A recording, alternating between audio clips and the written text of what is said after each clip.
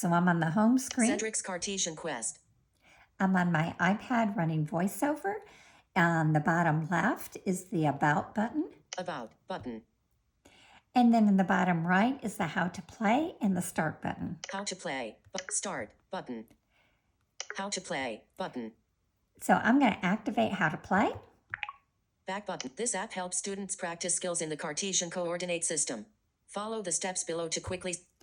All right, so there's a whole bunch of information here, and it's about the game. So you, as the teacher, will want to go through this before you play the game with your student. So I'm going to go ahead and activate the back button. Back button. How to play button. And we're going to start the game. Button. Introduction. Are you ready for the adventure? Button. So this page is Cedric's Quest page, and it starts with the introduction. Are you ready for the adventure? I heard the word button, so I know that this is something that I can activate. Below that, there are 13 different quests that we're going to go on. And at the bottom of the page, there's also a reset, select all, clear all, resume, and play buttons. So let's go ahead and listen to the introduction. Cedric's Quests. Back button. Welcome to Cedric's Cartesian Quest. In this game you will help Cedric Shadowbane, an aspiring wizard, complete tasks in Grimwood Forest. Along the way you will have to harness the magic of algebra and geometry to vanquish beasts, protect citizens, and unlock ancient wisdom. Have no fear though, Cedric has an excellent friend and mentor in Althea Whisperwing to guide us on our expedition. And a right swipe. Tap Cedric's image on the right to move to the next step. If you are using VoiceOver, double tap the image. All right, so the game layout's the same in the rest of the game. On the left, there's a column with text, so it's the left 1/4 of the screen. At the bottom of that column, at the bottom of the screen, is previous step and next step. In this case, it's dimmed because we need to go on before we can, we need to complete some things before we can go to the next step, and this is the first step, so there is no previous step. On the right side is the right 3/4 of the screen is an image on this page. On the other pages, it's going to be your Cartesian plane. So let's go ahead and tap anywhere on the right side of the screen. Cedric Shadowbane, a wizard whose face appears youthful, but he has a long gray beard. He has warm, friendly hazel eyes. He wears a brown hooded tunic belted with a band around the waist that has a large brown leather buckle. He also wears brown leather boots with straps tied around his calves to best suit his next adventure. Double tap to continue. All right, I'm going to double tap.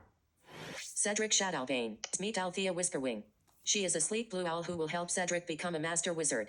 Althea knows Grimwood Forest better than any other living being. She will give you hints to help Cedric master his craft. All right, tap Althea's image on the right to move to the next step. All right, so the text on the left-hand side of the screen, if there's more than one paragraph, you have to swipe right to get through that.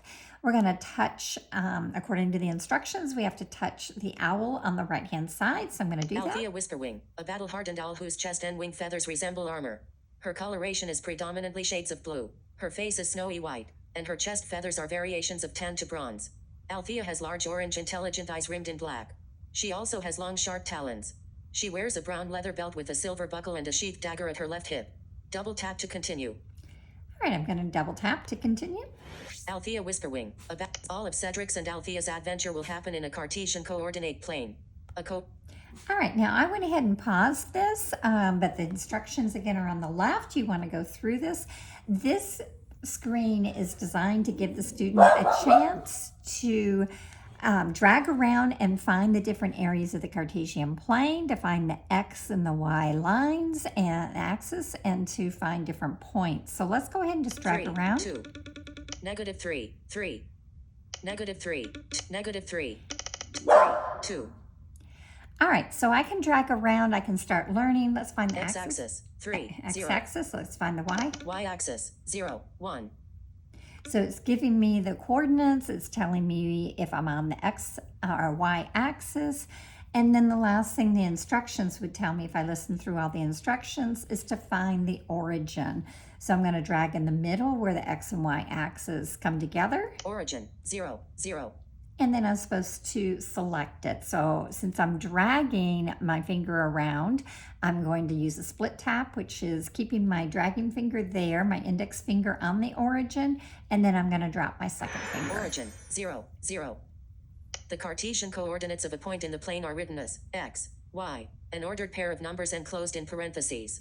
The first number x is called the x-coordinate. It is the point's perpendicular distance from the y-axis. The second number y is called the y-coordinate.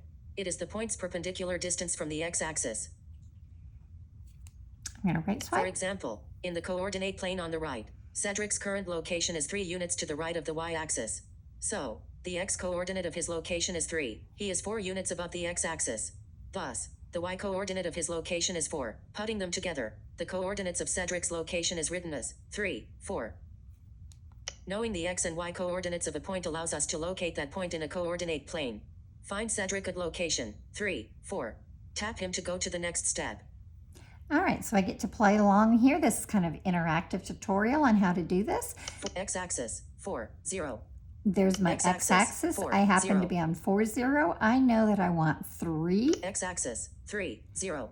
And now I want to go up to 4. So I am on 3 on the x-axis. I'm going to go to 4 on the y. 3, 1, 3, 2, 3, 3. Cedric 3, 4. And then I'm going to split tap. Cedric 3, 4.